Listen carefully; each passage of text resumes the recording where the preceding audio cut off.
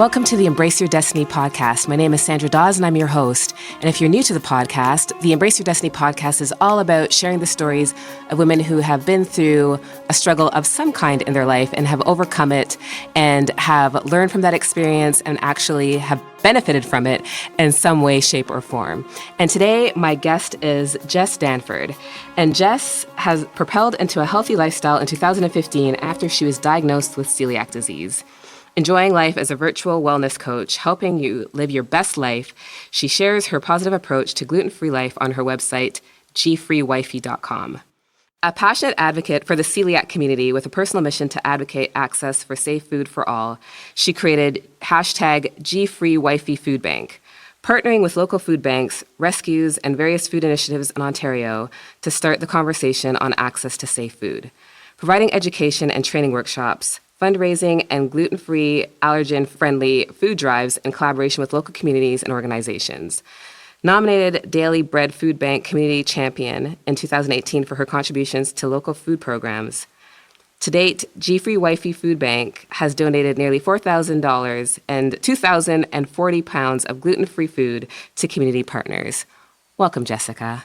Thanks for having me. And so, Jessica, why don't we start with the part of your journey that you want to share with us today? Okay, so I think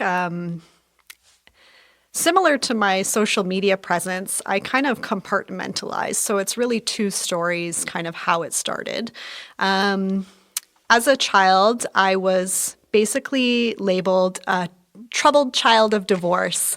So my parents separated when I was 10 years old. And it was really like a new thing back then. Like it was one of the first families to have divorced parents in our community.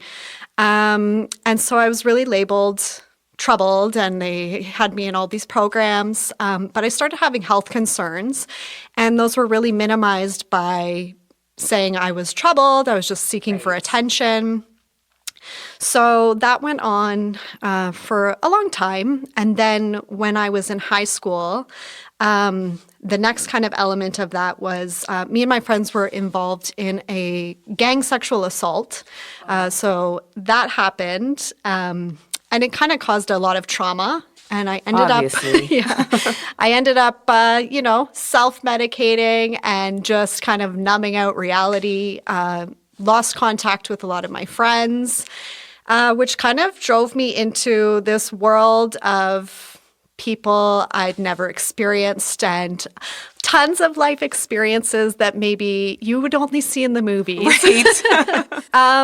So one thing that really always stuck with me is I remember one time when I was hanging out with these other troubled folks, a police officer stopped us and said to me, "What is a girl like you doing with people like this?" Mm. And that really resonated with me and never left me. I knew what he meant, but I also knew that all of these people were troubled. Something traumatic had happened to them. They were all kind of lost. Like right, I and you was had lost. something in common with them. Yeah, and I really empathized, and like I'm very like I see the potential in everybody, and so that kind of always stuck with me. And eventually, I don't know, something just kind of triggered in me. I always, I was heavy into drugs. I was removed from school. I was hanging out with these crazy people. Right. I had moved out of my home and was living on my own. I was working 3 jobs, and I was always kind of a workaholic, but just trying to... It was never who I thought I was going to be, and I always knew in my head who I wanted to be. So I kind of, no matter what situation I was in, I always knew who I wanted to be, and I did what I could to work towards that. Right. And then in 2015, my younger sister was diagnosed with celiac disease. So about 10 years prior to that, I had presented to my doctor, I think I could have celiac. My family hails from Ireland and Finland and European countries. There's diabetes and Alzheimer's and arthritis and all these conditions within my family. Do you think that this could be related. No, nobody has that. You're crazy. You're depressed. You need medication.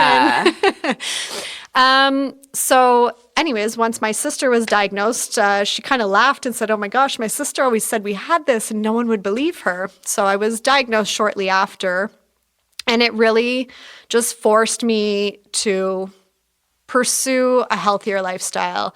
Nice. And I've always been that voice for people. So it really helped me develop that advocacy for this gluten-free celiac community.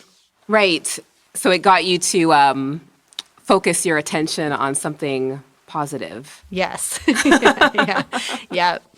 And I kind of always wondered, like, you feel like something's missing. And you're like, what am I supposed to be doing? Because I always knew, like, there was something I was supposed to be doing. Right. So then after I was diagnosed, I started sharing my gluten-free journey on my Instagram and realized quickly that my friends and family didn't care about what gluten-free foods I was eating every day. Right. So I started my social media channel, GFreeWifey, where I started sharing all things gluten-free. And with my experience, and in the past I had used a food bank, and knowing that, in Canada, close to 1 million people every month use a food bank, it is an extreme privilege to be posting myself eating $7 cupcakes. Right, of course. Because gluten-free food is extremely expensive. Yeah. So I wanted to kind of focus in on the access to safe food, but also food insecurity close to home.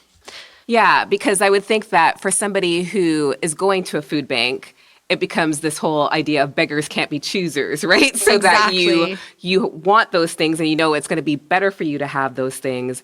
But when you're going to a food bank, you can't be like, well, I need this and don't you have this kind of stuff available? So it becomes a bit more of a challenge. Yeah, and that was my experience, like to ask for gluten-free food. A lot of people have still not heard of it, don't understand why you might need gluten-free food, so they just think you're being picky or needy or, that beggars can't be choosers mentality. Yeah, and because so many people now use that as a diet, like a lifestyle thing, more so as an intolerance thing. Right. Do you know what I mean? So then there's that gray area too, where it's like, well, is it really that you're gluten intolerant, or is it that you're just being trendy? The irony of it is that if you are celiac and you go gluten-free, the majority of the time you're going to gain weight.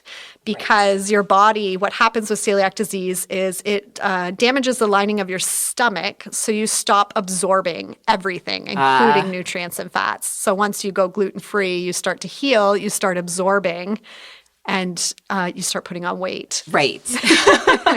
So the opposite of what the average person who thinks that this is the way to a healthier lifestyle, quote unquote, would be looking for. Interesting. Jessica, what would you say is the biggest lesson that you've learned in this experience? There's so many. The biggest thing is when you're not where you thought you were going to be or where you want to be, to just hold on to the thought of who you want to be. And every little decision and choice you make each day will get you to where you want to be. So just consciously knowing what you want to do and doing it and taking a step each day. And you might not feel like you're making progress, but eventually you're going to get there. Right. And I think that in addition to that, part of the thing for me anyway is believing that everything happens for a reason. So that even those things that you view as a setback or something negative, it's like, well, this happened for a reason. And instead of just being like, this is a sign that it wasn't meant to be, or I'm not supposed to be on this path, just really taking a step back and trying to figure out why it happened, what you can learn from it, and then moving forward, again, remaining focused on what you really want to do as opposed to getting sidetracked by those things that happen that are out of our control. Yeah, I think when a traumatic experience happens, you can become lost. And I think one of the big things that holds people back is once you get lost, you maybe do things you wouldn't do, or you make decisions you wouldn't have normally made. And then that just starts to layer on shame. And I think shame is the biggest setback for people. once they've made a decision, they feel like they can't redeem themselves. Right, because there's no undo button. Yeah, and that's where that's really that embrace your destiny. That might have happened for a reason. Yeah. And if you can own those choices you made and learn from them and utilize those experiences to share with others when you're ready to share your story. Yeah, because I think that, that's part of the thing, though, when you have that shame, right? You don't want to talk about it. You don't want to, even years later, you don't want to say, this is something that happened to me because of the stigma that might be attached to it. But I think that when you do get to that point of wanting to share it, that you realize that there are people out there who need to hear it because they're going through their own stuff and they need that idea that there is a light at the end of the tunnel. And I think being able to look back on your life and identify those pivotal moments that might have seemed trivial at the time, but they redirected your entire life. So, for instance, like after the attack on my friends and I, a police officer said to me, well, you might not ever want to go to this neighborhood. These are really bad people. We know who they are, and they're going to come back for you.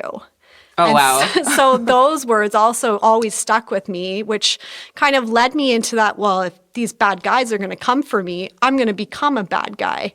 Right. And so that one thing someone said to me redirected my whole life. But from all of those experiences following that, I've been able to learn so many lessons and become who I'm becoming. Yeah, and I think that that's the interesting thing about all of our experiences, right? They make us who we are. And so the good, the bad, and the ugly of those things, right? That they all contribute to who we are today. And I think that when we go through those difficult times, it builds up a resilience that I don't think we would have automatically or naturally, right? So that these things are happening for whether it's self-preservation purposes, but there is a reason for them. And it's just really being able to understand that. Yeah, for sure. Yeah. It takes a while sometimes, and you sometimes don't want to think about the silver lining because you can get stuck in that victim mentality and be like, why is this happening to me? And why does this continue to happen to me? But when you can get to that point, it makes a huge difference. Yeah, and I think another thing too is like when you feel like you've finally gotten to a place where you've released it or you're releasing it and you can move past it, that there's still so much more. Like, oh yeah, it's that whole new level, different devil kind of thing, right? Where you can feel like you're evolving and making progress, and then you're like, and now everything's going to be smooth sailing. And I don't think it's ever smooth sailing. That it's just you get to a different level, and there are just more layers to uncover and go through. For sure. Yeah. Life. Yeah, exactly. Jessica, what would you say, or what advice would you give to somebody who might be going through their own challenges, like whether it is celiac disease or something else where they have to become their own health advocate or an advocate in any way, really? Yeah, I think it is really just that you know yourself and you have to be your own advocate. And if you don't feel like you have the voice to do that, it's reaching out and getting help or surrounding yourself with people who you think can help or get you to where you want to go. And doing the research you need to do to keep believing in what you believe in and making those choices for yourself. Right. So empowering yourself with knowledge and that sort of thing. For sure. And I think that surrounding yourself with the right people is such a huge thing. Do you know what I mean? Because Absolutely. It can, the right people can pull you in the right direction and the wrong people can make things a lot more challenging, right? Because even like you said, when you first started posting on Instagram, your gluten-free foods, your friends and family might not be interested in that stuff, but there is so many other people who are interested and who do want to learn those things. Mm-hmm. So it's about realizing that the support that you need might be coming from places that you never imagined it would, because you think it's going to come from friends and family because they're the closest to you, but they don't necessarily understand it in the way that complete strangers will. For sure. And I think it's National Recovery Month right now. So in terms of dealing with addiction and overcoming addiction, that's a huge part of it, is being able to release the people that were in your life and That doesn't mean you don't love them or care for them, but being able to release them and know they're not right for you at this time, that you have to find other people to get you to that next level of where you personally need to be and elevate to, can be a huge challenge for people. Oh, of course, especially if for people that have been in your life for a long period of time. But I think that sometimes you have to, let go and be able to love them from a distance and not feel like you're obligated to continue to spend time with people who aren't going to support you in the way that you need them to. Exactly. Jess, any last thoughts, final thoughts, words of wisdom that you want to share? Everybody's going through something that you don't know about. So live with compassion and try and be open-minded and empathetic. And I always say, when you are shopping, buy 2 and donate 1 to support your local food bank. I like that. Thank you. Thank you. Thank you so much for your time. Thank you for sharing your journey and parts of your life. I'm always honored to have guests who are willing to share these stories in the hopes of inspiring and giving hope to others. So thank you so much for that. And for the listeners out there, you can check the show notes and find out different ways to connect with Jessica and learn more about what she's doing and what she's got going on. And thank you so much for listening. And I will see you in a couple weeks. Take care.